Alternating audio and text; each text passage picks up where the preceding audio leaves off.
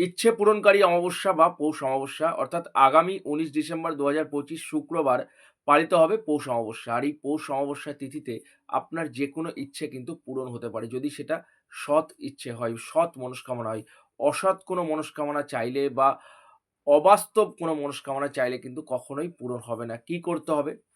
এই দিনে অবশ্যই স্নান করতে হবে। যদি গঙ্গা স্নান করতে পারো খুব ভালো হয়। যদি না হয় তাহলে অবশ্যই বাড়িতে স্নান করবে এবং শুদ্ধ বস্ত্র পরে সারাদিন উপবাস রেখে যদি সম্ভব হয় সন্ধ্যাবেলার দিকে যেকোনো কালী মন্দিরে গিয়ে ১৬ টি কলা, কাঠালি কলা অবশ্যই বাজার থেকে নিয়ে আসবে। এক ছড়াই যেন ১৬ টি কলা থাকে, কোনো ভাঙা কাটা না থাকে। সেই ১৬ টি কলা দেবী মায়ের উদ্দেশ্যে নিবেদন করো। সেই কলা কিন্তু আর বাড়িতে আনা যাবে না এবং নিজের যেকোনো একটি মনস্কামনা দেবী মাকে জানাও। মনে, মনে প্রণাম জানাও।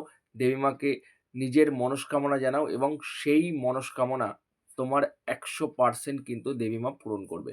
করে দেখো, যদি ভিডিওটা ভালো লাগে অবশ্যই নিজের আত্মীয়স্বজন, বন্ধু-বান্ধবের সাথে শেয়ার করো।